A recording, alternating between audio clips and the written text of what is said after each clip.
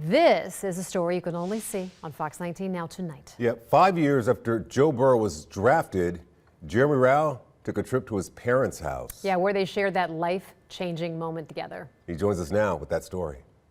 All right, guys, so let's picture this. It is the night of the NFL draft, and Joe Burrow's family is all set for their big moment. The Wi-Fi is working, cameras are set up, lighting is good. Everything is ready for the most unique draft in NFL history. Their son is the #1 pick. The Bengals are on the clock, and the phone doesn't ring. It eventually did, and you know the rest. Tonight, a trip to the Plains, Ohio, with Joe Burrow's parents telling their story. It's been 5 years since Joe Burrow was drafted #1 overall. The Cincinnati Bengals select Joe Burrow, quarterback, LSU. A first ever look at that night from a different angle shows what many remember. There were some critics of our draperies, yes, and we have changed things a little bit since then, but most people do in 5 years. The furniture has changed, the decor is different. The memories for Joe Burrow's parents, they still live in this room. Yeah, your heart beats a little fast right before the announcement because, you know, it's such a big moment in Joe's life for sure. And the most unique draft in NFL history, the first pick welcoming America into his living room during a pandemic. I mean, we were really nervous. That meant no camera crews. A do-it-yourself draft video package was sent by the NFL. I was exceptionally nervous about all of the technology failing because I was tasked with setting it up and making sure that it was working right. With all the pressure on mom to get the video right, Joe felt the pressure of the moment. And yes, even Joe Cool was fighting to keep his cool. He had some nerves for sure.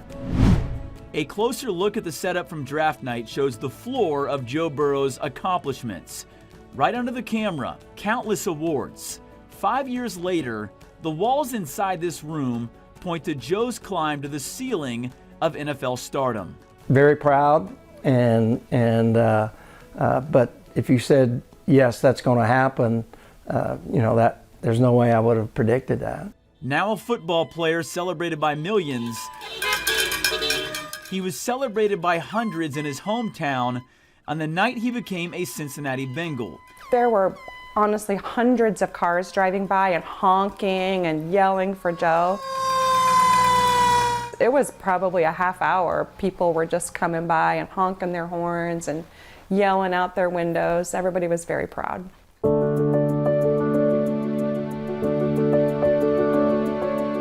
Jimmy and Robin Burrow can't help but smile sitting here now.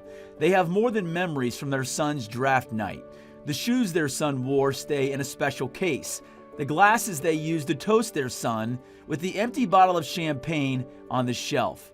And the emotions, well, they have never bottled those. Why is it still so emotional for you? I don't know. I didn't know I was going to be that emotional, but just so proud of him and everything that he had gone through to get to where he was that night. It was, it really had all just, it was just magnified. The feelings were magnified for sure.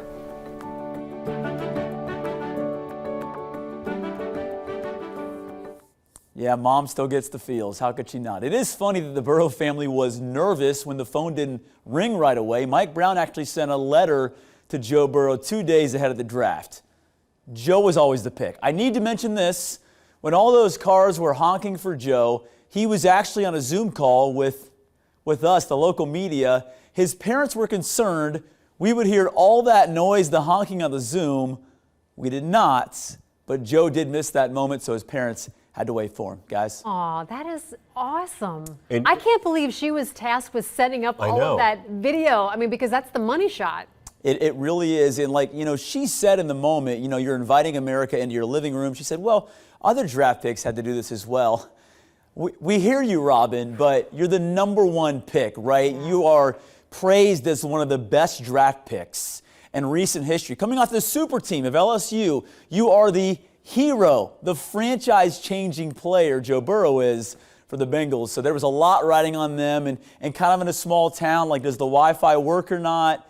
You know, it all worked out, but very real stress going into that night again during COVID. And you got to see firsthand just how small this town was. And you mentioned people say he's from Athens, but he's from a small city outside of Athens. Yeah. And he said it's very small. Yes, he's from the Plains, only a few thousand people. So this is a very small town. You can imagine why the high school, a lot of the people in that town wanted to celebrate him that night. Hundreds of cars, as Robin said. The fire, like any small town, you win a state championship, what happens? You get to ride in the fire truck. The fire truck comes through. So it's one of those things where I think people should understand that Joe Burrow is such a superstar now, one of the biggest superstars in sports, but understand where he came from, where he still calls home. He's glad his parents still have that same home because those are his roots, even though he's at the Met Gala as the superstar as well. When you drove into that town, did it say, "Welcome to the home of Joe Burrow"? Yeah, there are still those things. In fact, I stopped at a local restaurant and they had this like shrine with like a candle with Joe Burrow's face on it, on his jersey. If you go into one of the local spots there, Gigi's, where his parents always go, Joe Burrow is praised all the time for what he's done. And even his parents said people will stop by time to time, knock on the door and just say, hey, Joe's awesome, we're rooting for him. So certainly a lot of fans there, yeah. I bet a lot of people are surprised that they're still, living in the same house. Yeah. They haven't changed much. And I can tell you this, I met both of them. Yeah. And I love the fact that he's wearing the same shirt on that Joe had on that night. They're genuinely humble and nice people. She came on and she cooked for us during the 4 o'clock news. Yeah. I mean, do you remember this, Jeremy? Yeah, great people. They haven't changed a bit. They said that during the interview. We hope people realize we're still the same people, haven't moved, haven't changed, humble as they come, great people for sure. Awesome. Great story. Thank you. I like that.